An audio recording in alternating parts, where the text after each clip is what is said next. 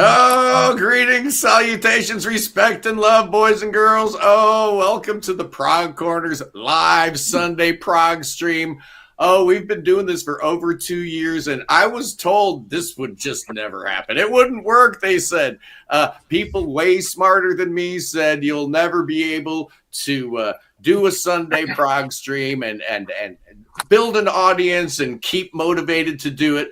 And most recently, I've been hearing that there's been some discussion about, how difficult it is to put together a panel show. Look at the all-star cast I put together, boys and girls. Look at this, boys and girls. Back in the old days, Kevin, back in the old days, a man was judged, his wealth, his status was judged on how many cows or sheep he had out in the pasture, out in the field. Well, it's the same thing on YouTube. Look at this.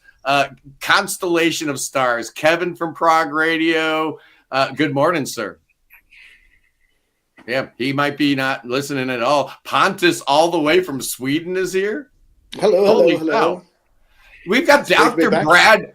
We've got the battle of the doctors with music degrees, these swelled brains. Right? Brent Bristow, professor of music from Arkansas State University in BB. His initials are BB. It's kind of weird anyway, but I figured teaming him up with Dr. Brad Stone. Good morning, Brad. How are you? Good morning, Scott. Good morning, everyone.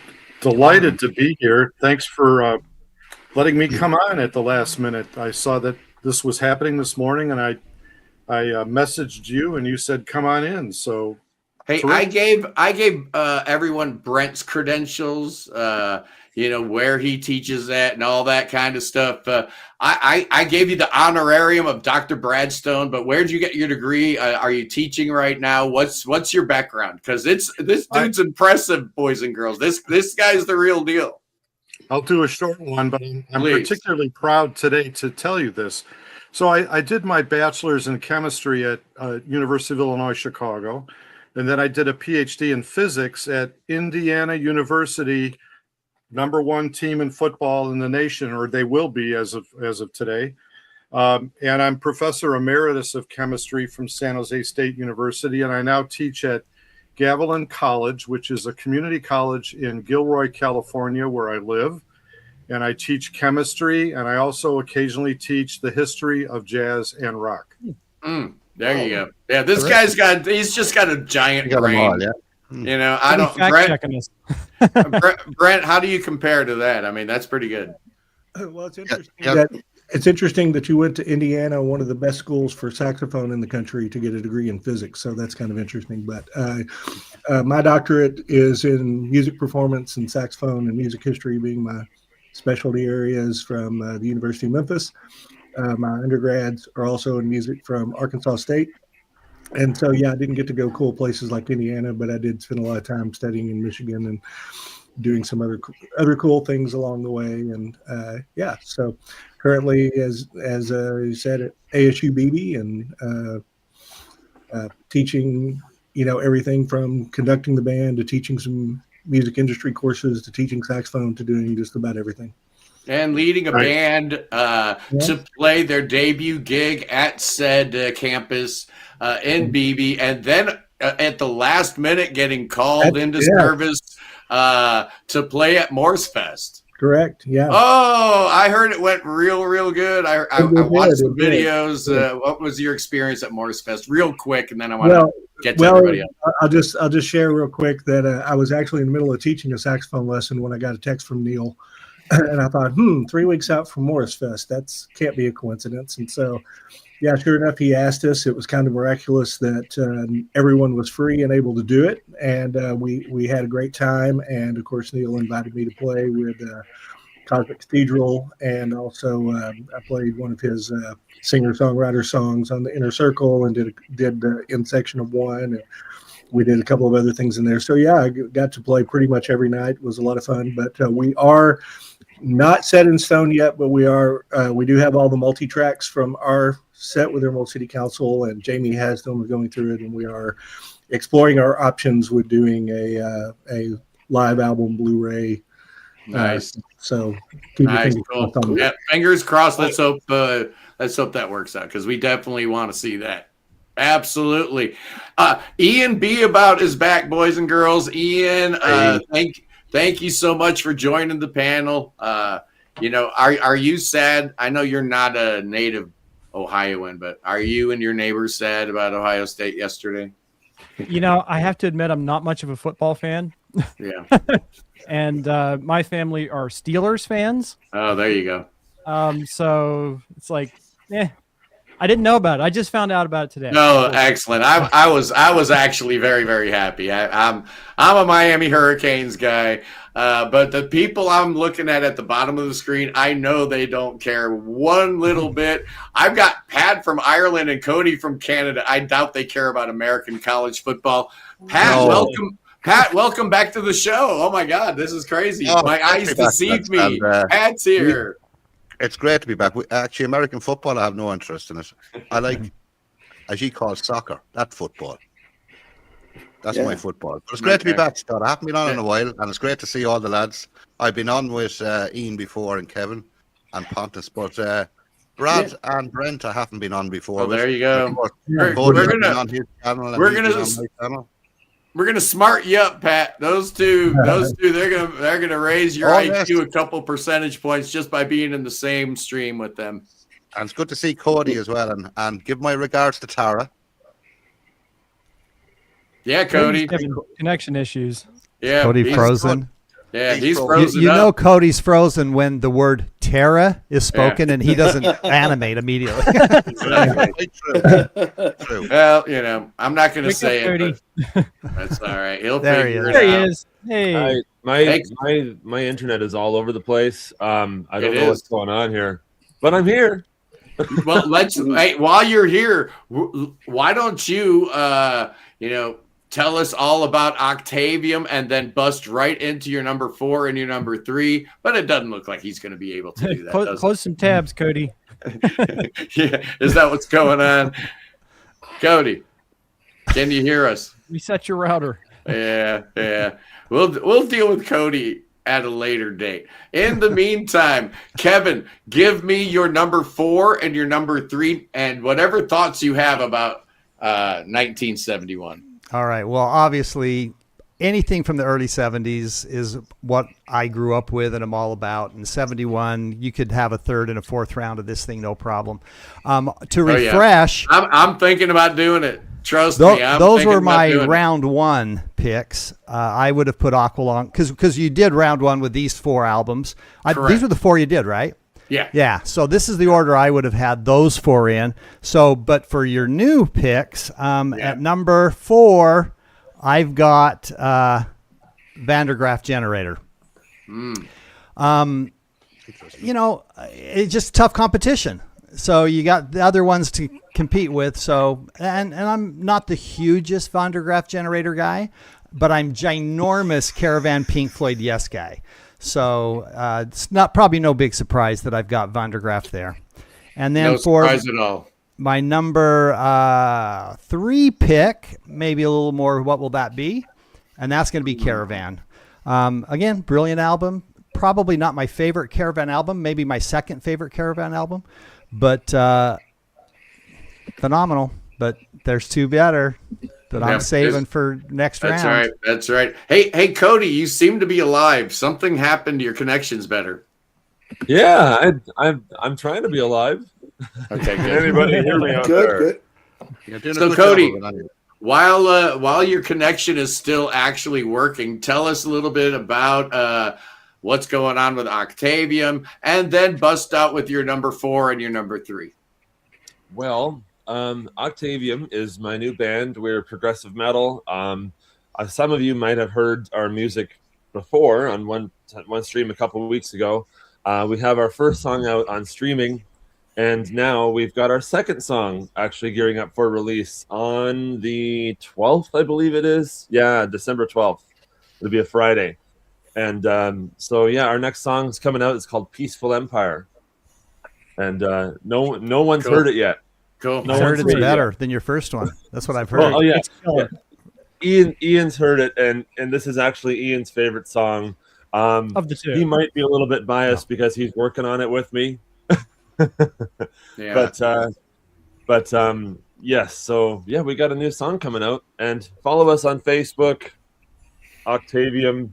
Follow us on Instagram, Octavium Official. Nice.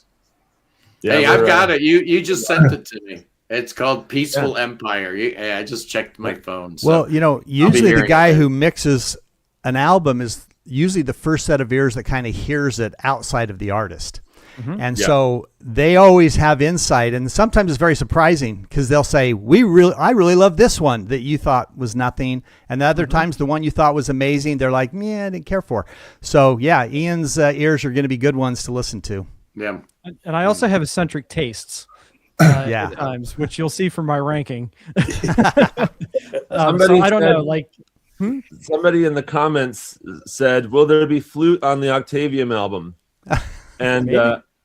I'm kind of hoping that there'll be saxophone from somebody on this panel. I haven't asked. Oh, them there yet. you go. Well, I was going to say, when are we doing the Emerald City Council / Octavium Canadian tour? Because I'm ready. Let's do this. Nice. Love to see it. But yeah, just hit me up. Love to hear it. he's frozen again. Yeah, he's frozen up again. He does. He wants It's to be cold in lost Canada. a troublemaker. But Canadian Cody, give me your number 4 and your number 3. I While you're missed still what you moving. said, Brent. I missed what you said, Brent. I said I'm ready for the Emerald City Council / Octavium Canadian tour. So get that set up, and we'll make it happen. And he also said he'd Okay. love to put some sax on your Yeah, album. Get in absolutely. touch. That's my main complaint with most modern prog albums. Not enough sax. So yeah. Shocker. Well, We need more wonder- saxophone. Well, we've created actually a space for you to put your brilliance. You know, I mean, I think you're a great Excellent. player. So Excellent. So, Well, I appreciate that. So the bottom two for me, number 4 is Van der Graaf Generator Pawn Hearts. I'm a lot newer to that record. Even just as much as I do really enjoy it, it's number 4 compared to the other ones for me. And number 3 is Caravan in the Land of the Gray and Pink. Now I think all 4 of these are stellar records. I think they're really good. I think they're all really good for their own thing. It's kind of hard to compare them, but just in this batch, yeah, number 4 at the bottom for me is Van der Graaf, and then number 3 is Caravan. Very, very good, Pontus. Let's see if Europeans hear things a little bit differently, because my comments were lighting it up in defense of Pawn Hearts. What says you about your bottom 2? Yeah, because this is an interesting year. You, as you have already said, you had a first round with those albums. I mean, every artist seemed to have the good album in '71. Everyone from Led Zeppelin to Jill Scott Heron or Marvin Gaye, and the thing is that Prog And you was you mentioned Funkadelic earlier. yeah, Funkadelic. Oh, Yeah, yeah. 71 was a good Fantastic year album. for yeah. That's a fantastic Brain. album too. I mean, and you have the Doors album, LA Woman, and you have all these things happening in the same 12 months, right?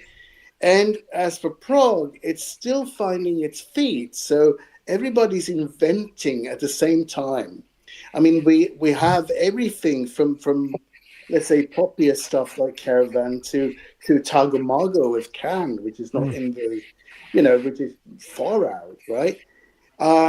So this is an interesting year, and my number 4 would be Medal, Pink Floyd Medal, because it's very strong when it's strong, but there are also a bit of filler at the end of side 1. I think I love, as much as I love One of These Days and Echoes and Pillow of Winds, Seamus is a bit, I'd rather see that they had Embryo, a 10-minute embryo. Yeah, so it's number 4. It's a fantastic album. It's the beginning of the Floyd of the 70s, right? It's the beginning of the Waters, Floyd, all that Conceptual. Yeah, conceptual, because a year later they are touring Dark Side of the Moon for a year, and then they recorded, right? So they're going into that. and they're leaving. This is a very accessible album. I love it. It's just fantastic. At number 3, I have Caravan. Caravan is, I first heard Caravan. I bought a compilation called Canterbury Tales. I think it was an album. I think it is an album from '76. It had a wonderful version of For Richard on it from 1974.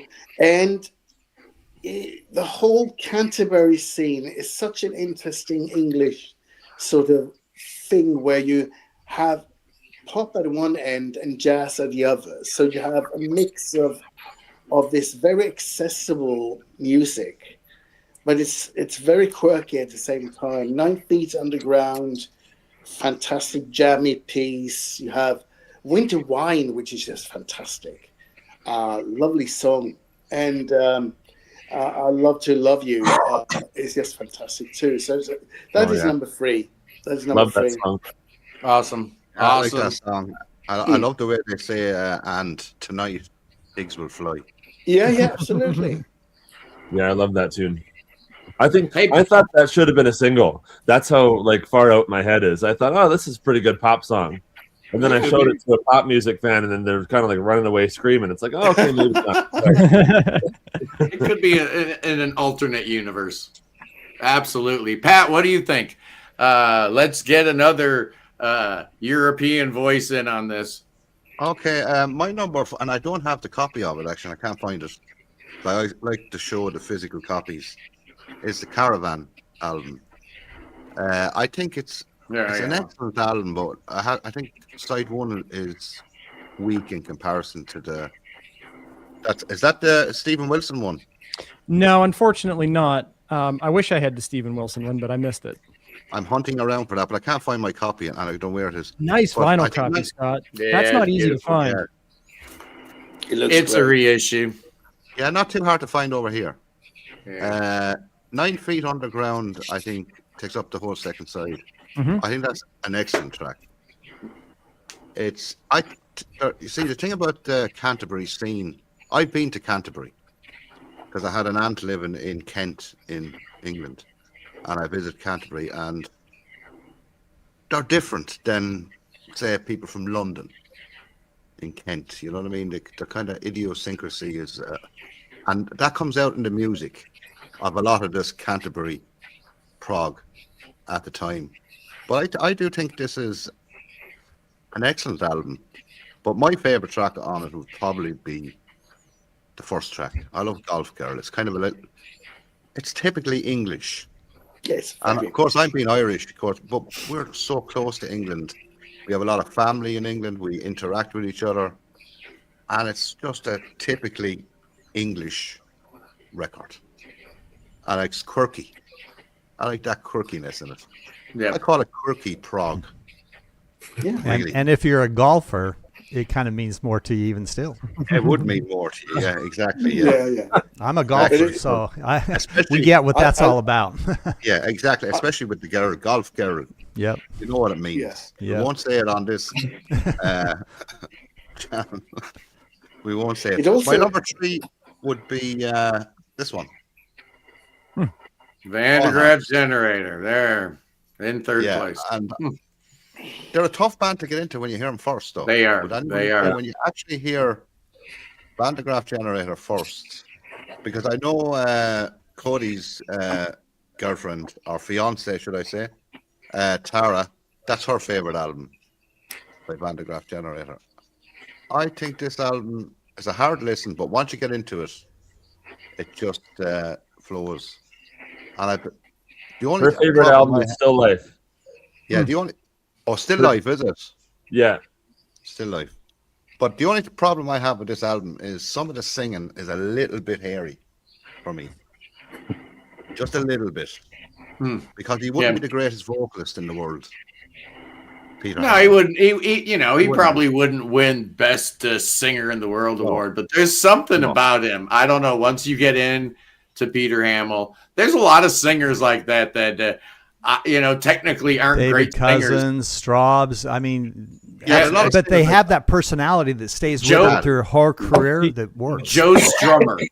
I think he actually has a wonderful voice. Joan Anderson. He just chooses to push it. Peter Hamill, he's like a drill. Once the drill gets into your head, you can't take it out, and especially on a Plague of Lighthouse Keepers. That is some track. It's a crazy track. Hey, Ian, what do you have in your bottom 2 slots? Okay, so I'm going to pick up where Pat was and say that my number 4 is In the Land of Grand Pink. And with the caveat that it's a wonderful record, and as all 4 of these are. And really, when it comes to my ranking, it's purely just my personal feelings toward it, when I discovered it, what stage of my life I was in. I heard this in high school, and I've loved it ever since. Now, why this is number 4 compared to the other 3 is that the other 3 are just a little bit more important to me. And I will say that, and I think, Pat, you said this as well, that side 2 is a lot stronger than side 1. Yeah. In fact, without side 2, we wouldn't have Supper's Ready, because Genesis hired the producer from this record on the strength of that, because they wanted to tie all these different like song fragments together and do something like that. So it's a very important album if you think of it that way. And I love the song Golf Girl. I'm a flutist, which is why Z mentioned something about having flute on the Octavium album. And this is maybe the greatest piccolo solo of all time. It's just absolutely gorgeous. It's like a synth or something. But, again, like, I just like these others better. And at my number 3, I have the Yes album. And I know this is going to cause some trouble, maybe with other panelists. And I assure you all that I absolutely adore this record. I think it may be Yes's best record. I think that this is an album maybe without genre. And it may be one of the few truly progressive albums where they are pulling from all kinds of different influences. Everything from country, you've got Steve Howe throwing in like that country Chet Atkins style picking on songs like Clap, and even Yours Is No Disgrace has a little bit of that. The thing is that these other albums have just been with me longer, and I've kind of grown to love and appreciate the Yes albums more, like in the last couple of years. So these other 2 just have a little bit more mileage with me. Yeah, I know. I see the comments. That's the last time we'll see Ian. This album is so positive, and it's so bright, and it's so cheerful, and I love it. I just love the 2 others a little bit more. Yeah, you knew what you were in for when you came on the Prog corner and put Yes in the bottom half of any ranking here at all. I mean, I could do a top 25 of anything, and if the Yes component is not in number 1 position, I'll have certain members of this very peanut gallery jumping down my throat, like the time that I put Peter Gabriel ahead of John Anderson for best Prog vocalist. Jeff Stilka wanted to kill me, I think. He was really angry. I think he unsubscribed there for a minute. I actually love that album. It's just that these other ones have been with me a lot longer. Yep. One thing that needs to be said about the Yes album, and Ian, you'll appreciate this, is how well it's mixed and produced. Oh, yeah. It really, really was well done at the time, and still stands up in that department. And I think that Yours Is No Disgrace is a fantastic track. I think Starship Trooper is one of their best. But if you want to talk underrated, the final song, Perpetual Change, that's a blistering tune. Yeah. I really think if we were talking objectively, like not, my experience, my opinion out of it, I think it may be the best album on the list. I like these other 2 a little bit more. Yeah, it's a personal thing. I can always differentiate between what's the best and what my personal favorite is. And the easiest example is me personally. Everyone knows that my favorite album of all time is Tales from Topographic Oceans, but I'm not going to say it's better than Close to the Edge, because that's kind of dumb.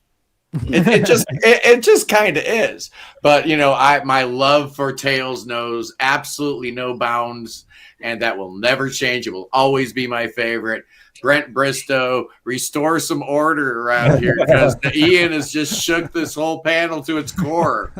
Well, it's interesting because I may offend some folks out there too, but I famously have said that I'm not a Pink Floyd fan, and my brother was a huge fan of theirs. So growing up, I listened to all those albums, and I also had a roommate when I was in Michigan working in music camp there that was a huge fan. So I heard all these, and I always just kind of went, I've played. Us and Them. I played the sax part on that a billion times, and there's a few other things. There's a few other things of theirs that I've enjoyed. But for the most part, I sat down and listened to Echoes last night while I was doing some painting for probably the first time in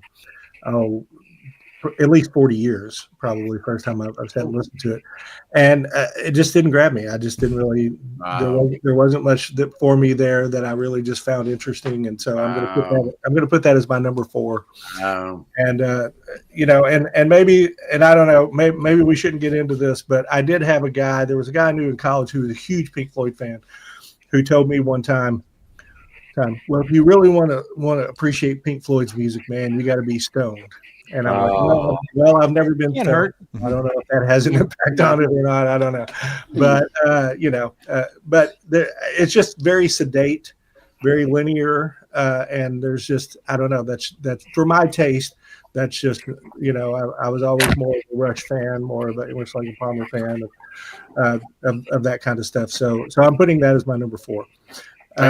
Number 3 would be Van der Graaf Generator. And listening to this album again, I'd heard bits and pieces of it. I sat down and listened to it all the way through.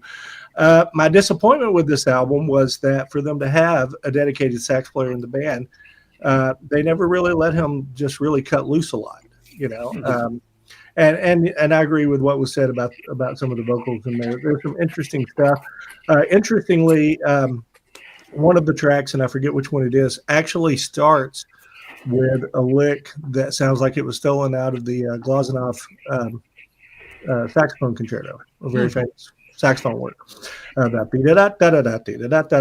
is an important lick from that. So I don't know if that's just a coincidence or if the sax player knew that and was playing it or what. I don't know. It's interesting. He probably does. Yeah, it very well could be. Jackson a little bit. Yeah. Okay. Well, very well could be. Yeah, Alexander Glazunov first really concerto for saxophone. So anyway, I heard that and I was like, whoa, wait a minute, I recognize that. Also, I listened to the remastered version of that for the first time ever, and hearing some of those bonus tracks. It was interesting to hear some multiphonics on saxophone on a Prog record. It's not something that you hear too often with some of those sounds that he was making. If you're not familiar with multiphonics, that's where you actually, saxophone is considered to be a monophonic instrument. It only plays one note at a time, but you can manipulate it through certain fingerings and through certain voicings where you're making the reed vibrate 2 different frequencies at the same time, but they kind of war with each other, and you kind of get this sort of like kind of a nasty sound. And so, hey Scott, email me, or message me, we'll hook you up. Scott G. Davis in the house. Yeah, that's right. So anyway, so here in the multiphonics, I've played multiphonics with classical stuff, hundreds and hundreds and hundreds of times. Hearing that on a prog record was very interesting. But it was there was some stuff on that album that I really did enjoy, and some other stuff that didn't really grab me. But yeah, I would put that as my number 3. And also, I'll just say quickly, because you guys might have already talked about this when you did the other one, and I've been so busy the last few months that I haven't had a chance to catch up. But also some notable albums that need to be mentioned if they haven't already. Who's Next? Very probably one of, I don't know if I would say it was my favorite from this era, but definitely one of my favorites would be Hunky Dory with Rick masterpiece. And then, of course, and a little less Prog adjacent, also, Humble Pie, Rockin' the Fillmore. Nice. Good call. Yeah, good call. Hey, Brad, you all right there? You okay? Yeah, I'm fine. What Yeah. happened? Hey, Brent. I just was. Sorry. Yeah. I was going to suggest that you should listen to the God Bluff record if you haven't, because Dave Jackson has a lot more like featured solo work, Okay. particularly in the Sleepwalkers, the final track on the album. So Okay. you might like that. Cool. Yeah, I'll check it out. Yeah, I find God Bluff to be just a little bit easier to get into than Pawn Hearts. Pawn Hearts is pretty dense, pretty wild, pretty out there. But I'm so glad that Brent, you contacted me the other day, because I just wanted to get as close as I could to someone with a Neil Morse connection. Just announced yesterday, right, boys and girls? You saw, or was it Friday? Friday. New album on Inside Out. Everybody was worried, is Mike Portnoy going to be? Yes, Mike Portnoy is still with the band. There's a brand new album called LIFT. We don't know what that stands for yet. I figured if anyone would know, maybe it's Brent. What is that? I don't know. When I was, of course, at Morse Fest, it was just such a blur because Neil was running from one thing to the next and the next. Yeah. We got to visit here and there, but we didn't talk about that. But over the summer when I was in his studio, we were talking about different projects, and all he would say at that time was, well, I'm working on another project right now, but I can't really talk about it. And that was he kept it secret. He kept the whole world guessing. Who amongst the panel has heard the new Neil Morse Band single? Oh, it's so good. What'd you think, Kevin? I thought it was phenomenal. I loved it. I was reading all the comments. 98% loved it. And then there were a couple of people, it's the same old. I'm like, same what are you thing, talking right? about, man? It's First of terrible. all, being the same old Neil Morse Band is not a bad thing. No, it's and not. it's a. I thought I'm it was sorry. great. I think it's got a little something different. It's coming. At least the 8-minute track that they released yesterday has got a little something different.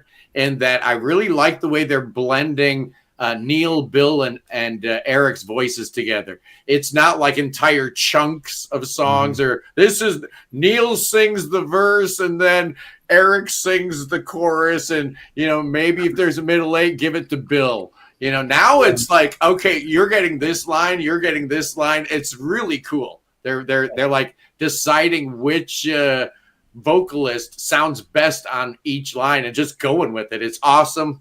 The track sounds amazing. When you're that good, you don't need to reinvent the wheel. Sorry. And it is going to be a concept album, so that'll be interesting. Will that About be what? released? Redemption. Will that release next year, or is it this year? It'll probably be February 27th.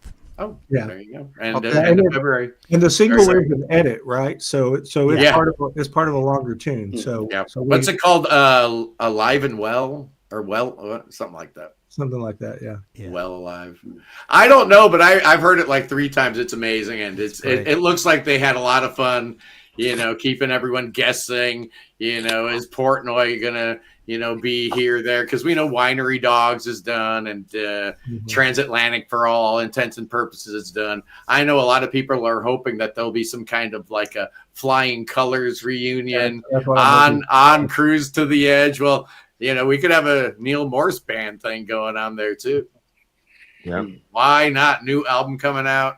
I'm really looking forward to it. So, yeah, Brent. So, thank you. That was awesome. Brad, what is your 3 and 4 here? Okay, so Did you do number 3, Brent? I did. You It did. was Band of Oh, Graaf. okay. Number 4 Okay. was Pink Floyd. And what was your number 3? Underground. Vandergraaf. Oh, okay, gotcha. All right, sweet. Sorry. Okay, so when I saw 1971 was going to be the topic this morning, I jumped on Facebook and messaged Scott and said, "Hey, can you have me on?" Because I was so excited about it. And then when he invited me, I thought, "Oh, wait a minute, this is tough." Yeah. So actually, for me, the number 4 is not difficult. It's the other 3. I'm gonna call them 1A, 1B, and 1C. but I'm gonna talk about I think some of you, Kevin mentioned this. I think a couple of others of you did. Ranking them in terms of their importance to you in your own personal history. But for me, number 4 was clearly Van de Graaff Generator. I'm just not a Van der Graaf guy. Never have really been into the band. I did buy this this box set. Anybody have this? Yeah. So thinking that No, I I don't really have need to be fair to the band, and I bought this. There's an excellent used record store in Zurich, and I spend a lot of time in Zurich, and it's called Catalog. I'll give them a plug. And I saw this box set, and I thought, well, I really should be fair, and I bought that. But for me, I'm just I've never been a big fan. So number 4 for me is Van der Graaf. Now It gets difficult, and it pains me to say that number 3 is Caravan in the Land of Gray and Pink, because to me, I think that this is such an important seminal prog rock album. I think Ian mentioned about its importance in terms of the history with Supper's Red. Yeah. So I just, but the thing about Caravan is I came a little bit later to Caravan. Somebody mentioned, was it Pontus? Someone mentioned the Canterbury Tales compilation. And, yeah. And the same thing happened to me. I bought that, and I bought A Blind Dog at St. Dunstan's. Those were the first 2 Caravan albums I had. But that was like my later teens. I came to them a little bit later. So I had to put that one at number 3. So so there you have it. There you have it. Well, let me see what I got here. I forget hearing all you guys. Yeah, it's interesting because 3 out of the 4 picks here have sidelong epics. I was thinking that we're really ranking the epics. Kind, yeah, almost kind of are. And then there's Yes, who always gets credited for being, the vanguards of progressive rock, and boy, Close to the Edge was such a forward-thinking piece of music. And I'm like, wait a second. And then, we had Tarkus also, which we dealt with before. Like I said, Tarkus was in our first batch. So we're dealing with these 4. It's hard to believe this is a second tier. This is ridiculous. Second tier, and I'm putting Caravan at number 4. And it hurts my heart, but side 2, it's unimpeachable. I love 9 Feet Underground. It's absolutely amazing. It's kind of the peak of Canterbury, right? If I had to pick the moment that Canterbury reached its highest level of expression, I'm kind of going here. I'm not going to lie. Side 1 is cute. If I were British, I'd probably understand it a lot more. What do you think, Pat? Yeah, you would do. Yeah.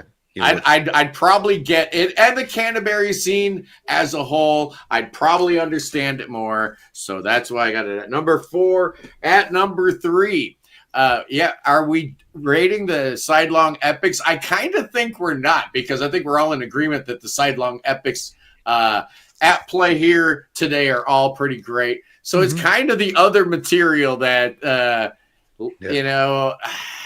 Echoes, man. This was the reason I have such a great relationship with Pink Floyd and always will is they predate my love for prog rock, as a genre. When I fell in love with Yes and Emerson, Lake and Palmer and all that, I already knew Pink Floyd, and the reason I knew them was metal. My older sister had a boyfriend, and he'd always bring over different records all the time. And man, metal freaked me out, bro. It messed with my brain. It kind of was one of the things that softened my brain up, so that when I was finally ready to, hear traditional prog, but I think Pink Floyd prog, I just don't like, side 1 as much.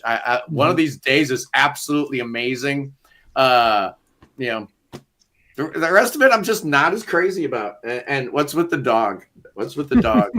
I don't know. But it's one of the most important records ever, 1971, metal. I love it. Some days it's my favorite Pink Floyd album. I'm being hard on side 1, but it's fantastic. It really is, but it's in number 3. I'm in my 3rd position today. They like that idea so much, Scott. They did it twice. Yeah, exactly, right. What's with the dog, man? What's with the dog? Yeah. Oh yeah. Is it Seamus or Seamus? Seamus. It's an Irish name. It's Seamus, isn't it, Pat? Yeah, I heard. I wanted to make sure we got that right with an Irish guy on the panel. Absolutely.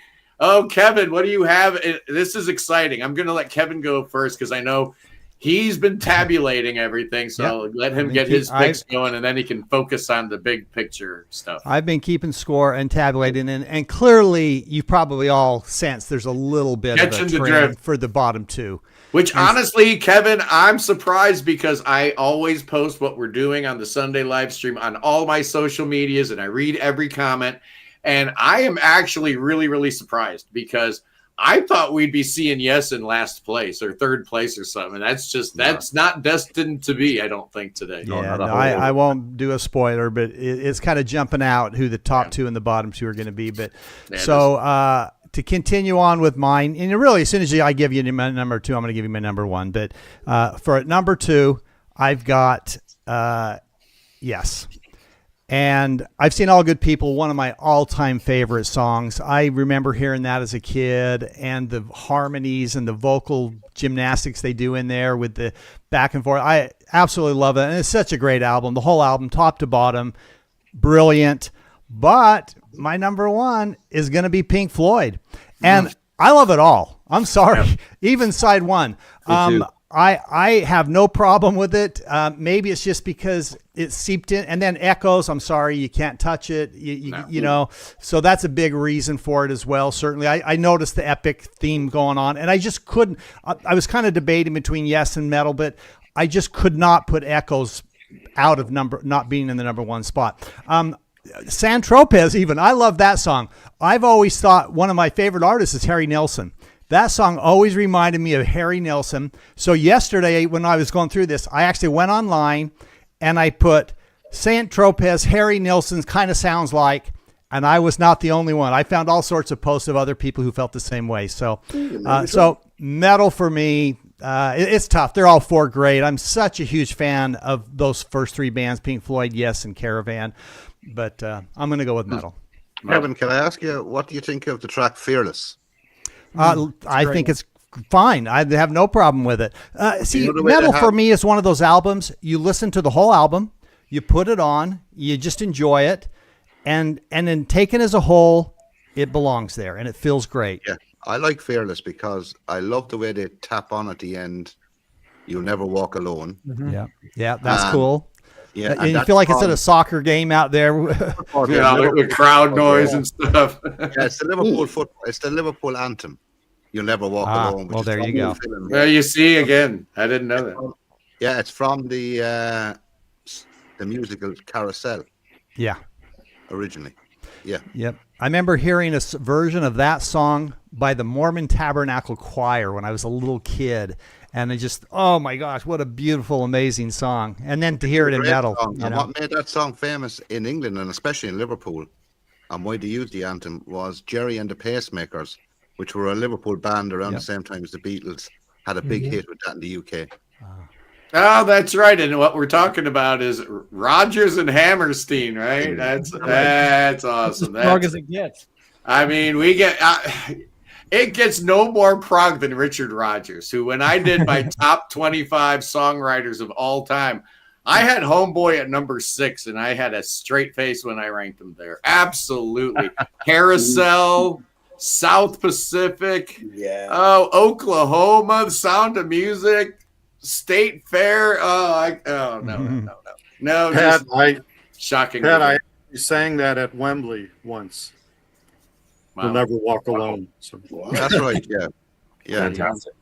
There you go. Good stuff. Well, hey, Pat, let's get to you and hear what your number 1 and 2 are, since we have you in the mix. Well, might as well. My number 2 is Metal. Here it is on CD. I think the CD sounds better than the LP, actually, strangely enough. And this is an original copy of Metal. It's the first press. But I still think the CD sounds better for some reason. I don't know why. But I love this album, and I have to agree with Kevin. Out of all the epics we have here, Echoes is the best by a good bit. It's a pure classic epic. One of These Days is brilliant. Like, this was a close call with me. Like, I love Seamus with the dog. I love Fearless. I love every track on Metal. I think it's absolutely brilliant. I will go as far to say I think Metal is every bit as good as Dark Side of the Moon, and you wouldn't have had Dark Side of the Moon if you hadn't have had Metal. Yep. That's right. I'm okay with that. Yeah, I'm good with that. I think it's absolute. It's just that my number one is by that much. It's the Yes album. I have an original copy in UK press. Hey. Original UK pressing. But you know what the best sounding one is? Folks? It's the Stephen Wilson remix. This one. He did a great job with the Yes album. Yeah. It's the best sounding one in my collection, but I've heard one better. You know Kevin, who would be on my channel? He has the Analog Productions one, which is on 45 RPM. Oh, yeah. That's the sound off of that. You hear stuff in the background going on behind them, and it just brings it all out. Yeah, I've almost bought that a couple times, the 45 Yeah, on it's that. absolutely brilliant. If you get your hand, very expensive though over here in. It's expensive here too. That's why I don't own it. Yeah. I've seen it a couple times out in the wild, and I'm like, oh, I want that so bad. Oh, Pat, an excellent choice. Yeah, Steve Howe came along, and I remember reading what the rest of the band said. We're going to have to up our game because we have a musician in the band now that is so good. Nothing wrong with Peter Banks, the original guitarist. He was more of a bluesy, jazzy guitarist. This guy was on another planet. And no, that's a good point, Pat. You bring up a really good point, because I don't know about you, boys and girls, but you've heard the first two Yes albums, right? Yeah. Does Bill Bruford sound all that great to you? He sounds all right. All of a sudden, on the Yes album, he goes from being an all right drummer to like the greatest drummer I've ever heard in the history of mankind. Yeah, he upped their game. How does that happen? He upped his game. Yeah, Steve Howe had a lot to do with that. Steve Howe, and that is my number one, but only a fraction. That could be my number one at any time as well. And Nice. Kevin is right. It's an incredible album. Incredible. Yes, Tago Mago has been mentioned, as well it should be. It's been mentioned more often than Zeppelin 4. So I find that to be very enlightening and very telling of how incredibly intelligent our audience is, right, Pontus? Yeah, absolutely. What I've been thinking about is that we talked about all these epics, right? We talked about Talkers, we talked about V2, V3, and just to think about it, in December 1970, we also had Lizard by King Crimson. So it's like it's only a month away from 1971. We could have had that as well. Yeah. So it's interesting how everybody wanted to use the vinyl to expand their idea and make great compositions. My story with these records is that the Pink Floyd I heard in '87. The Caravan I heard in 2001 when I bought the remastered version. Number 3 on my list, I heard in spring of '89. I just bought it because I liked it. I liked the cover, and I liked and I bought another album by this group because of the cover, because I had also bought an album by them 6 months earlier, and that was the Yes album and Close to the Edge, because I had my first real introduction to Yes was Fragile, and this to me is number 3. No, number two. And why is it? I mean, it's such a jump. It's such a jump from the other first 2 albums, both in songwriting, in production, in musicality, in what you wanted to do, in structure, really. I mean, it opens with a fantastic romp that is, Yours No Disgrace, which still is in the set and still rises to enormously thing. The live version on Yes shows is just fantastic. And we have the major Starship Trooper, which is just, great, whatever it is. It's a mini epic. It's like 3 songs roll into one. It goes places. It really shows Joan Anderson singing very, very well. The whole 3-part harmony they had, and the jam aspect of it. And then you had, I've seen All Good People with the Lennon song thrown in, like Give Peace a Chance is thrown in there just for long. Instant Karma. Yeah, Instant Karma is there. Yeah. And of course, Alan White would join them. He played on Instant Karma. How do you like that? It all goes around in a big old circle, John Anderson knew. John Anderson knew ahead of time.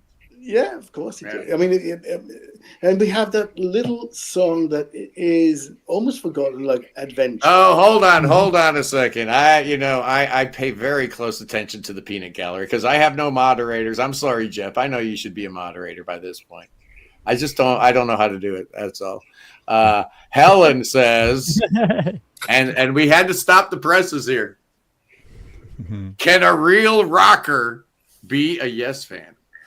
And I'm gonna open this up to the panel in a second. But first of all, one of the things that made Yes the greatest band in the history of mankind was not just the musicality and the virtuosity and the amazing songwriting and the incredible creative minds that put together these entire alternate landscapes and universes augmented by Roger Dean's brilliant artwork. All this in concert with Eddie Offord's perfect production and all of this, right?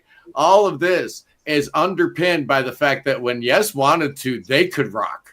Absolutely, they could. Listen to the live version of Yours Is No Disgrace and tell me that Yes doesn't know how to rock. When they get to the end of the song and they're playing it at like almost twice the speed as the album, the band sounded dangerous. They sounded scary. They sounded like they could fall off the rails at any minute, but they never do. Okay. A real rocker can indeed be a Yes fan. Yes. Yeah, and Machine Messiah. Listen to that. I have to say that Perpetual Change. I was going to mention that one. The riff in that is a incredible. Fantastic live track. The live track of that is just fantastic. And there you have the dangerousness because they don't know what's, he's playing a drum solo which is all over the place. He's not really in control, and they just come in and they're da da da da da. Da, da, da. It's the energy in that and the inventiveness of having 2 songs run, one in the left speaker and one in the right speaker. That is wonderful. So that is my third place. My second place. My first place is Van de Graaf, Generator, and this has been a long journey. I mean, I first heard Van de Graaf, Generator. I bought the wrong album. I bought the Least We Can Do Is Wave to Each Other in a sea of blood, as it says. But Born Hearts has grown and grown and grown on me because this has been a journey. I started as a Pink Floyd fan. I then became a Jess fan. I became a Tull fan. I became a Emerson Lake and Palmer fan, and then I drifted into Crimson and Sapper, and then there was this weird band that everybody was talking about, like Van de Graaf Generator, and it was pretty hard to get into. So when I bought the 3 remasters in 2005, and really the first 3 albums, or the second and the third and the fourth, really, because the first album is Aerosol Grey Machine, but Born Hearts is a journey into itself. It's a scary movie. Mm-hmm. It's a scary storytelling. Is scary. You don't once it's a Hammer film. You're deep into prog. You're not going. You're deep in the whole rabbit hole of this thing that is experimental music, and it's very. Once you get through it, it's very accessible. Mm-hmm. Man Urge is a wonderful ballad. with a weird sort of middle eight thrown in, where you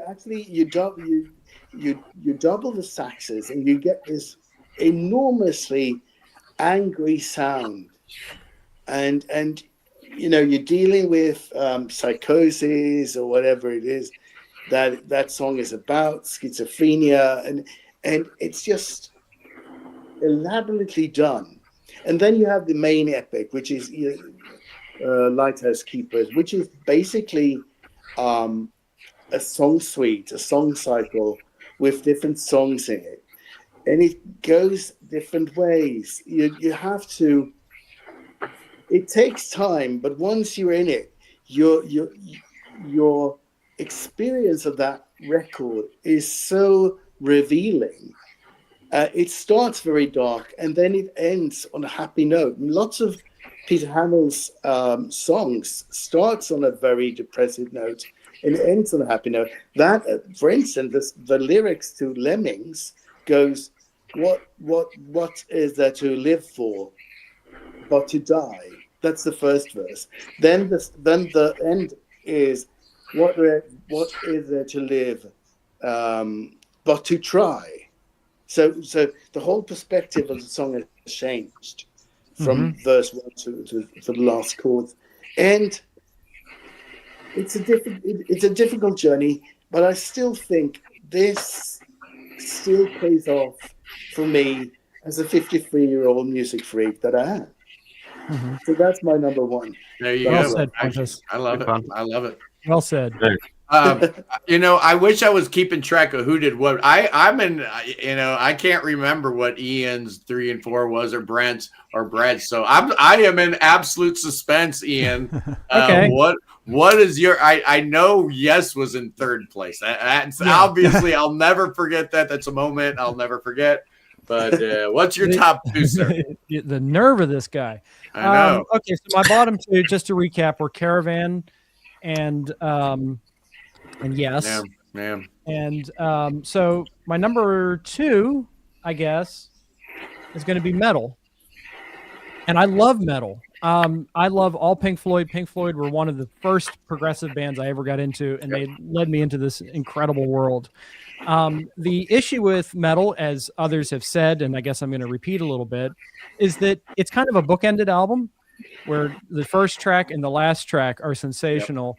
And the ones in the middle are not quite as memorable, but I will agree and echo Pat and say that Fearless is an incredible track.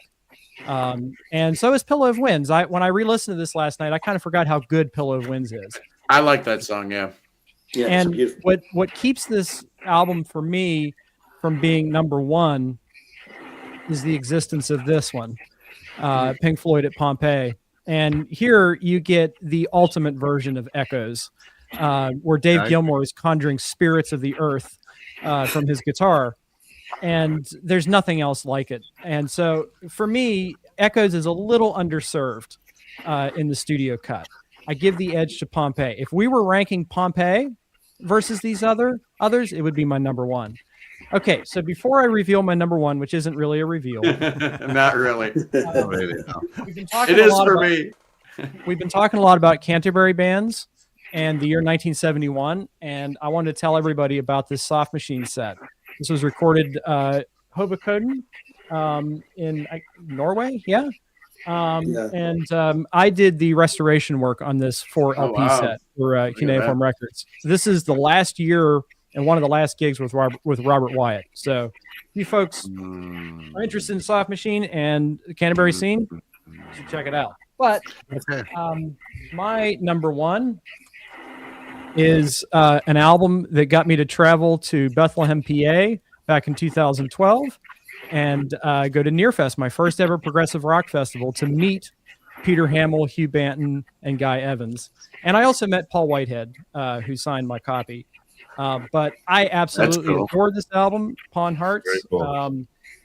I bought the box set. I bought the Hamill box set just to be able to hear it all. Why is this my number 1? Well, it's for many of the reasons that Pontus said. I love the fact that with Peter Hamill, you have this guy who I think he was is an excellent singer. In fact, his background is as a chorister.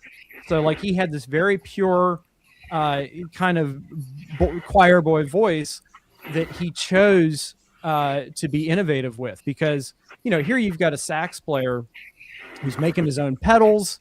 You've got this organist who's building his own organs to get these unique sounds. Peter Hamill's like, what do I do to compete with all these innovative musicians? Well, I'm going to push my voice by choice to the breaking point. And the thing is that you hear Peter Hamill sing today, and he's still great. He hasn't diminished like many of these guys have. So he did something right. But the whole album, I mean, I remember being terrified by Man Erg. The whole idea that good and evil can rest in a single person, and it's a matter of choice, which side comes out. That really frightened me as a teenager. And, the whole idea of mass consumption, mass extinction coming through in Lemmings. But it's really, like Pontus said, the Hammer horror epic, A Plague of Lighthouse Keepers, that makes this one of my all-time favorites. And it runs the gamut of all these different modes and feelings and moods. And it's brilliant. I love the whole catalog. As Z said, I think I like Peter Hamill's solo even better. And I adore it. What else is there to say? Yeah, I mean, either you get it or you don't. That it's that kind of band. It takes a while. I know some people have told me that. Yeah, I heard Plague of Lighthouse Keepers and I was a fan for life. That didn't happen for me. It took quite a while, but once you get it, you get it. What says you, Brent? I know you didn't quite get it, but what's your top two looking like? Okay, so number 2, I'm going to go with Caravan. So interestingly, I have to admit that I haven't spent a lot of time with the Canterbury scene too much. I mean, I've listened to like Griffin a lot and stuff like that, but I haven't spent a lot of time with it. So it was really interesting when our album Motion Carries came out. There were 2 or 3 reviewers that were talking about the Canterbury influence in it, because I'm doing some Celtic stuff on saxophone. I do the recorder thing, which I play live. I do play recorder live when we did that, the opening to Platforms of Illusion with the harpsichord and the whole bit. So what's interesting is, though, with me being a music professor and, having studied all this time, my influence is more direct. I'm listening to Renaissance music. I'm listening to Michael Praetorius, and I'm listening to, even Bach, Corelli, all of them. And so it's interesting that I haven't spent a lot of time listening to them, but I do think that there is a connection there for me. I do think that there's some stuff within that listening to that the other night, I was kind of going, maybe I need to spend a little bit more time with some of this. And it was interesting, and not often you hear a prog album that starts with a trombone solo. That was a little kind of very good. I was like, what? Are we listening to a Chicago album? What's going on here? What's like that? But anyway, yeah, it was. That was interesting. But yeah, I just felt that album had a little bit more resonance with me as a result of that. And so, of course, my number 1 is going to be Yes. I've said multiple times that my introduction to prog was 2 albums that my brother had laying around, Kansas, Point of No Return, and Yes Songs. And of course, Yes Songs features 4 of the songs that are on the Yes album, of course, with Rick Wakeman playing, and on some tracks, Alan White. Of course, we do get the Bill Bruford solo on that. So that was sort of my introduction to that. So of course, the Yes album is, has a very special place in my heart as a result of that. Yes being one of the first prog bands I really got into. And also because we've mentioned Neil so many times, I do have to share the story. So last year when Paul Bilatovic was touring with Carl Palmer and they were opening for John Anderson, he invited my wife and me to go see them in Nashville. And so we went to go, opening for the Band Geeks for John. So it's Paul, Carl Palmer, right? And is Simon Fitzpatrick, is he the third guy? He is. What a bunch of monsters! I know, man. They were fantastic. And so this is when they were doing the screen stuff with Keith and Greg. And so anyway, but then John Anderson, of course, was the headliner. And so anyway, we get there, and it turns out that he had also invited Neil, and so I'm sitting next to Neil. And so through the whole show, Neil's playing air keys and singing along and everything. So, and then Paul comes out and joins us, about halfway through the show. And so by the time we get to Starship Trooper, the three of us are just really into it, and it's just like one of those great, Prog moments of like hanging with these two guys. Plus, hearing that, and the only way it would have been better, of course, would have been if it was actually Steve Howe, Chris Beyer, Rick Wakeman, and either Rufford or White up there. But with the Band Geeks, they were phenomenal. They did an outstanding job. I certainly have no complaints. It was not their musicianship. Just it's just not the same. No, I've heard a lot of bands try to tackle Yes material. There's a lot of Yes tribute bands out there. Yeah. Total Mass Retain and I forget all. There's been a whole bunch of them. Retain. Have you ever heard Total Sax Retain? No, that sounds awesome. That's the guy from Mirthcon, and it's a sax quartet covering. That sounds amazing. Brent, that is for you. I need to go check that out. Maybe I do play in a sax quartet with 3 other professors. Maybe we can start doing some of that. That'd be cool. You need that. That's very cool. I love that Band Geeks live album. I think that was really Nobody does it better. I mean, as far as I was saying, I've heard a lot of these Yes tribute bands. Nobody's done the Yes material better than the Band Geeks. Yeah. I love you, Steve Howe. I love Yes Official. I'm not. This is I'm not slamming on you guys or anything like that. But John Anderson and the Band Geeks, the gauntlet has been laid down. The challenge has been laid. They're playing fine, watching the clips of Yes doing their thing, Yes Official. But man, the Band Geeks are on fire. They really are. They're just amazing, absolutely amazing. One interesting thing I do want to point out too is after really getting into Yes, for years and years and years, I happened upon recordings of Bodast with. Oh yeah. You're talking about Starship Trooper, right? Yeah, and it was interesting how many of his licks he recycled in Starship Trooper, Close to the Edge, and some of those other stuff. So it was interesting listening to those and go, whoa, wait a minute, I've heard this before. So check that out. You should check out some of those recordings. Well, I believe the other doctor in the house, man, this is awesome. I'm telling you, you people are all getting smarter just by being in the presence of Brent Bristow and Brad Stone. Brad, what do you got on your top 2? No, I'm getting smarter being on this panel with all you guys. So I learn things, and we should all keep learning, right? Yes, that's right. One thing I wanted to I forgot to mention with when I talked about number 3 and 4. Some of you have mentioned some other important albums from that year. I'm going to mention one. Go for it. And that was the Straubs from the Witchwood. Great one. I think Wakey. a band that were really underrated in terms of their importance in prog rock. So I wanted to mention that. Yeah. So number 2 for me is going to be Pink Floyd metal. And it was really difficult for me to choose between 2 and 3.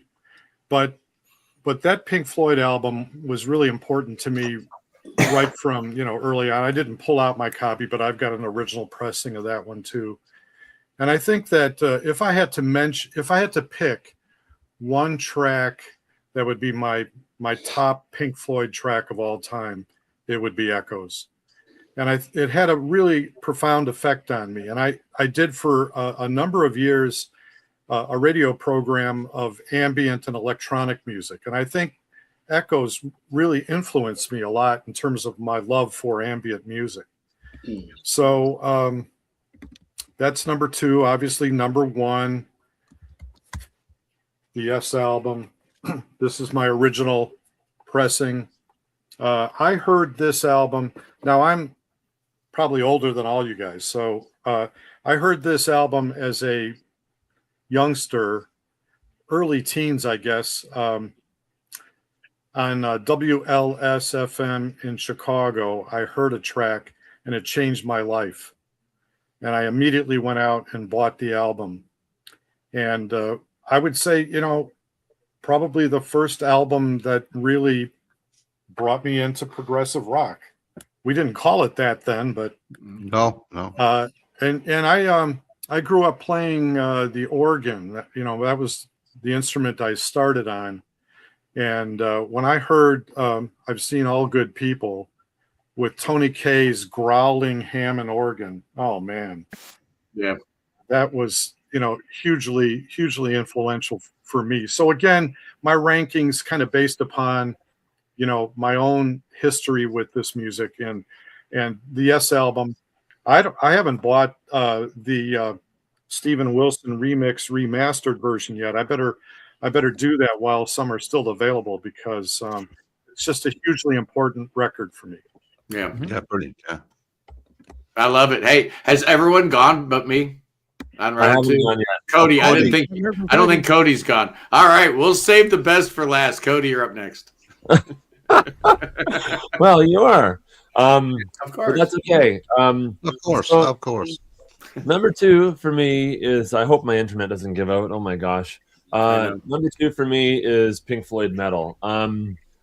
I've been hearing what you guys have been saying about certain tracks on side 1, and fair enough. But I also feel like Octavium needs to do a Levitt Pavilion tour in the United States. There's 7 outdoor venues. Hey, book us and we'll come. I'd love that idea. So about metal, I love even the little smaller tracks on this. I mean, obviously no one is going to reach to put on Seamus, right? But when you're listening through the album, it kind of gives a different dimension to the dynamic of the listening. And for a record that has a lot of dark songs on it, to get little bits like Saint-Tropez and Seamus to just kind of like throw a left hook at you, it kind of, not that it offsets it, but it just kind of adds a bit of a sense of humor, which is kind of something that's missing in a lot of progressive music to this day. But it definitely adds that element of like, we're not taking ourselves too seriously here. And then, of course, you get that with the brilliant bits next to them, like Fearless and A Pillow of Winds, which, by the way, I wanted to mention about that song. Not many people have really spoken too deeply about that song. I love that tune. A little bit. Yeah, I've seen it in the comments as well. But there's a cover of that by Martin Barr, Derek Sherinian, and James Labrie. Wow. And they do a cover of that is absolutely outstanding. And so if you haven't heard that, it fits James's vocal just perfectly. It's really, really nice. And I'm not going to go on about echoes. You guys know. Everybody knows. That thing is freaking brilliant, man. And the Pompeii version, I love the studio version, even when you get into that, when they go into that halftime groove. Boom, boom, boom, boom. When you listen to that, if you listen close, you can actually hear that's a double drum set. Yeah, that's the drums being double tracked there, which is really interesting. And it's an edit on Pompeii too. It's a little clumsy, but it works. It works, and no one was doing that at the time. I mean, the Grateful Dead kind of did something similar with Anthem of the Sun, but that was also like a completely different thing itself. Nobody was doing this at the time, except for maybe the Beatles. But anyway, number 1 is one of the first bands I ever heard in my life, actually, thanks to my dad, who remains a massive fan of this band to this day. He saw them 20 times, 3 times with me. But it's number 1 is Yes. I mean, I love Yes. And especially old Yes, like the 70s, 80s, 90s Yes. I love what they were doing. And when I was little, and he was playing these records for me around his house, I had no idea. I didn't even know what the term progressive rock was until I was in my teens. But I was already into stuff like Pink Floyd and Yes and stuff from when I was a kid with my parents. I just thought it was classic rock. You could turn on Q107 and you could hear all of this stuff next to the Eagles. And you know what I mean? Like, they would just play all this stuff, blanket 70s, 80s rock. You could literally hear old Yes and old Genesis next to, say, AC/DC and Def Leppard. Absolutely. Not that long ago, that was the case. No, they really. It's all rock music. That's all it is. rock music. Yeah, it just at the time I didn't know that it was progressive rock. I just loved this music because it was so experimental. It was so brilliant. The songs were long. The musician. Uh-oh, there he goes. Is he coming back? He was getting on a roll. He was talking about the Yes album. Leaving us in suspense here. And his personal relationship to it. Man, Cody, you're a good soldier, but that's all right, Cody. I'm back. Back. No, you're not back. I was just saying, when I got older, then I started learning about the term progressive rock and started going deeper into it from there, more into the early Genesis and Rush, and then, Gentle Giant and Zappa and all this sort of thing. And so, but yeah, Yes is number one. I think that album is absolutely brilliant, and it's probably not my favorite Yes album, but I mean, good God, look at the records that they put out. Even in 2 records in that year, man, Fragile and the Yes album. Come on. Yeah. Good year. Good year for Yes. 1971 was absolutely. They changed my life, man. I wouldn't be here on this panel if it wasn't for Yes. Yeah. Yes is an important band, but you know what? All 4 of these albums, man, if you think about it, all 4 of these bands, we've made a direct case that, the Hitchcock connection between, Caravan and Genesis, and the fact that 3 out of these 4 albums we're talking about have a sidelong epic. Yes isn't one of them. So, these are pioneers of the prog subgenre. And at number 2, I'm going with Pawn Hearts just because it's awesome. But honestly, if it weren't for this being an American copy and it's got Theme 1 on it, I don't know, man. Maybe Metal might have crept up there in second place. I don't know. I just love having Theme 1 on it. Now it's a perfect album to me. Before then it's like, man, it just needs something else. But I love A Plague of Lighthouse Keepers. Vandergraaf Generator, not one of those bands that's going to like jump out at you and say, oh my God, this is the best prog band ever. Because they don't sound like any other prog band. They really don't. They're a weird band. They are so special. It took me years to really figure it out, decode it, and I tried so hard, but finally one day I'm like, you know what? I'm just gonna listen to a marathon of Vandergraaf, and I started with The Least We Can Do Is Wave Goodbye, then H to the HE, and then Pawn Hearts, and what actually got me first was God Bluff. God Bluff is what hooked me. It was love at first listen for me, and I gather that's unique, but I heard Killer first, and I just had to have HHE, Who Am the Only One. Yeah, I heard Killer first as well. But I know a lot of my friends have heard Vandergraaf Generator, and believe it or not, they're scarred for life. Yeah, I mean, hello, Ian Scott. This is a scary record. I mean, even the gatefold's odd. I mean, it's just a weird record. It is, and I love it so much.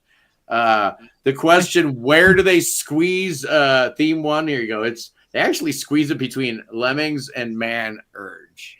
I don't know if you can see this. Oh, I don't think that's on my one, is it? That was a United States only thing. Is it not on this one? And it was against the band's wishes too. The record label stuck that on. The UK pressing that. So just check. Who cares what the band wants, man? When the label has a brilliant idea, they have a brilliant idea. Anyway. Thank God for the men in the suits. At least back in 71, they weren't total jerks. I have a question for you, Scott. Do you know the origin of the album title? I do not. Hearts. It's a spoonerism. So David Jackson said, I'm going to go down to the studio and cut some porn hearts, meaning I'm going to go cut some horn parts. And the band condensed that to Pawn Hearts. Right. There you go. So had Whitehead come in with that whole chess theme and stuff. I wanted to clear that up because I got yelled at for being nasty or something in the comments. So that's the actual origin of the album title. I saw that, Ian. That's just, you can't mind people like that. That's just you can't please all the people all the time. But Yes certainly tried in 1971 when Peter Banks was feeling like I don't like this whole orchestra thing. The orchestra's playing in the same kind of frequency my guitar is playing, and I don't like it. Even though he was a founding member, and the guy actually coined the word Yes for a band name. Peter Banks had to go. Let's face it, he had to. But enter Steve Howe. And it's amazing if you listen to those old tapes of Steve Howe in 1970, late 70, early 71, on tour, playing all that Time in a Word stuff. He sounds just like Peter Banks. And you hear a little bit of it here. The genius of Steve Howe is he took Wes Montgomery, he took Chet Atkins, he took Andre Segovia, and he took Peter Banks. Those four influences, he put it in a blender. It became the Yes album. Yeah, I mean, this was the exact moment Yes became a great band. The first two albums are fine. They were absolutely fine. Some people say this is their best album. I tend to put it in fifth place. But the fact is that from here on out, Yes would put 5 perfect albums out. There's nothing wrong with the Yes album. Fragile, Close to the Edge, Tales from Topographic Oceans, or Relayer. I wouldn't change not one single note, not one single lyric on any of those 5 records. In fact, maybe the 5 best albums ever, in my opinion. Yeah, I'm a big time Yes fan, so yeah, Yes is going to be my number one. Obviously, that's an obvious no-brainer. Kevin, please, the suspense is killing me, man. What's the final tally? I've been keeping tabs, and it was actually pretty close other than the number one. So let's start at the bottom, was Caravan, but only 4 points. And again, I gave 1, 2, 3, 4. You know the drill. Right. And then 4 points behind Caravan was the Graaf, and then only 2 points. So that two was pretty close, was Pink Floyd. And then a walloping 8 points ahead of that was Yes. Everybody had Yes number one, except for me and Pontus had it number 2, and Ian had it at number 3. Wow. So Yes overwhelmingly took the day. Wow. Nice. Pink Floyd had a lot of number 2s though, so they hung in there at second. You can't go wrong. Any of those 4 records, just absolutely amazing. We'll probably go back into the till. We'll probably do 1971 again. We'll see. Anyway, you could do 71 non-Prog as well, because like we've talked really about, there's so many great albums. We have Fireball by Deep Purple, which is absolutely incredible. Yes, that's right. Zeppelin 4. Zeppelin 4, anyone? Zeppelin 4. Yeah. Or how about Barry's busting out a good one? How about Electric Warrior? How about Little T-Rex going on in 1971? Absolutely. Yeah. My sister did. Yeah. Oh, yeah. Little Mahogany Rush. Then he has Mountain, had some stuff. 1971 was amazing, but yeah, man, I'm thinking about T-Rex Electric Warrior. My sister was dating another guy that had that record. I mean, it was like something about the early 70s. These dudes of a certain age, when they're dating a girl of a certain age, they'd have to come over with like a sack of weed and a handful of albums. That was just a good time. And then you go in the basement and it's like that 70s show. I don't know. I grew up. It was that 70s show, right? I knew all those characters, right? They all lived in my neighborhood. Anyway, boys and girls, any final thoughts? We're going a little long, as I knew we kind of would with a subject this good. I want to do one pimp, Scott, and that is coming this Wednesday. We're doing a new thing. Let me make you big. Hold on here. Yeah. We used to do the guest DJ thing. I know, Brent, you were a guest DJ. Scott Davis, who's in the thing, was a guest DJ. We've replaced the guest DJ with something new that we call the Take 10 Hot Seat. And the artist just comes online with me, and I throw 10 questions at them, and they're unprepared. That's why we call it the hot seat. And then they answer each of those 10 questions with a song, and then we play that song. And we're going to debut it with Alberto from Big Big Train. Oh my gosh, perfect choice to kick it off with. He's such a great guy. He rolled with it. He came in unprepared. We had a blast doing it. So this is going to be a fun one. And so Wednesday, you'll hear that. That sounds great, man. That sounds awesome. Very, very cool. Anybody else have anything to add before I do my freak out? I do. Cody, yeah, please. Octavium's new single, Peaceful Empire, comes out December 12th. Nice. I mixed and mastered. It's great. I've heard it. Yeah. Thanks for having me on, Scott. Thanks for having me Pat, the return of Pat from Close to the Edge. If you don't know his YouTube channel, do yourself a favor. He's got amazing content, as does Cody, of course. But Cody, you and I will talk about maybe I don't have anything planned for next Sunday's show. So I don't know. Let me know if you're not busy. Maybe we could plan a big world premiere or something. I don't know. I could probably get the other guys from the band in on it if you wanted to. I don't know. Let me know. Hit me up. Anyway, boys and girls, anything else? It was great to be back. It was great to be back. Pontus. Oh, so good to have the great Pontus back, Pat. I think we've outdone each. I think I've outdone myself. We've outdone each other. A fantastic show to everyone in the Peanut Gallery, the loyal Peanut Gallery. Thank you so much. Man, it's the most wonderful time of the year, boys and girls. It's that time where the year-end lists come out, and I am not going to disappoint because I've got that content coming all next week. Tomorrow, Song of the Year. Tuesday, Epic of the Year, and we're going to round it out Wednesday with Album of the Year. I wonder if Scott G. Davis is going to make it.